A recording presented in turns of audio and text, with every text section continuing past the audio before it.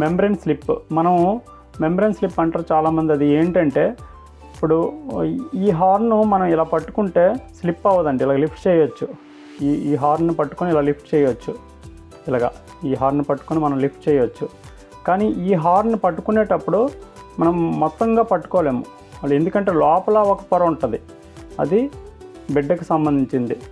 ఇది బయట ఒక పొర, రెండు పొరలు కలిపి పట్టుకోవడానికి ట్రై చేసినప్పుడు లోపల పొర ఇలా స్లిప్ అవుతూ ఉంటుంది. చూసారా, లోపల పొర ఈ విధంగా స్లిప్ అవుతూ ఉంటుంది. అందుకే మెంబ్రెన్ స్లిప్ అనేది చాలామంది నోట వింటారు కదా.